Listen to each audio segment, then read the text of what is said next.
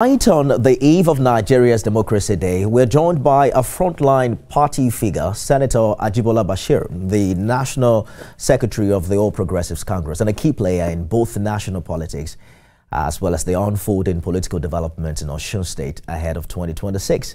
He wears many hats: lawyer, legislator, party administrator, and now a declared governorship aspirant. But with ambition, they say, comes scrutiny and controversy, from allegations of disloyalty to Mr. President to rumors of courting political alliances across fractured lines. Senator Basiru has had to fight off what he calls a coordinated smear campaign.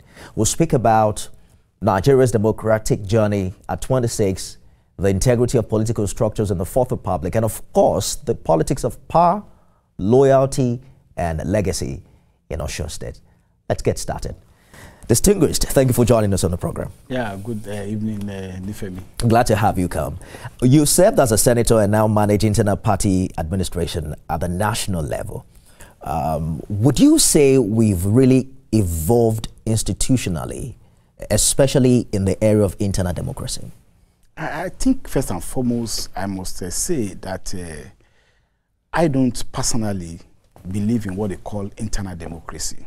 And I say this because of the background that I have as somebody from progressive ideological background.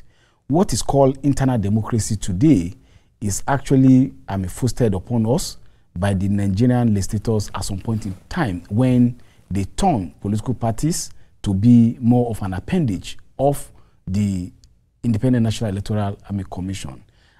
Classically, a political party is an organization of people who believe in certain set ideology, perspectives, and program, and seeking to put one or many of them into holding political offices for the purpose of actualizing those programs. So the question of emergence of candidates for political party, from my own personal belief, should be a matter for the political party to determine which method by which it will evolve such kind of candidate. But by whatever method, you don't think it should still meet democratic tenets? What democratic tenets will be tested at the general election.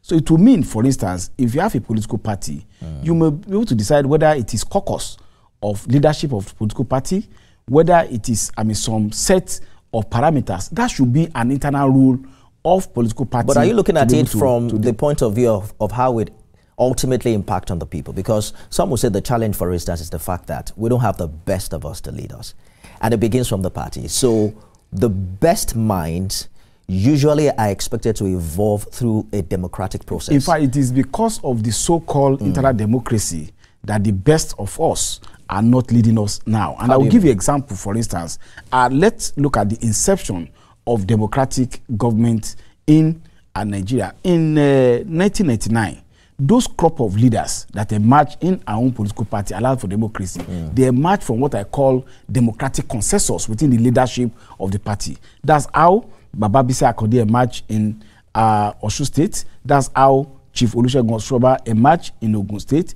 That's how Asiwaju Bola Ahmed Tinubu emerged in Lagos State, and so on and so forth. And you see the quality and caliber of this leadership. Through consensus? Through consensus. Gladly, that's how they emerged. And in 1979 and also in 1983, you also see within our own tradition of the progressive tradition of Action Group, UPN, Alliance for Democracy, and now the APC.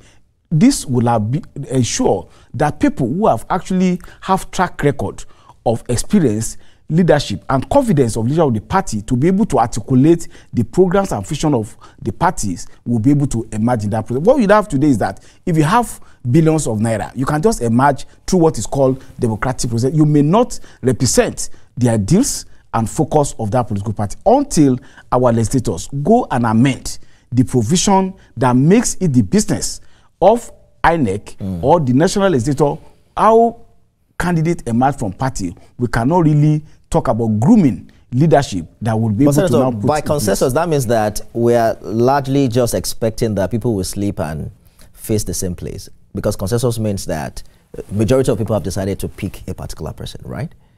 How does that differ from having them truly elect the person? Because you are really counting on the leadership of each party to be able to make the best decision for them. A political party is actually should be a reflection of the core ideals of the leadership of that political party. And they will be able to determine who best represents, who best could be put forward for the purpose of advancement of that. I know people who are in the civil society may not agree with me, but from the tradition that I come from, ideally, the question will now be, when you present somebody, let the general electorate determine whether the person should be elected or not elected. And when you look at some other clime where democracy actually evolved, you see a kind of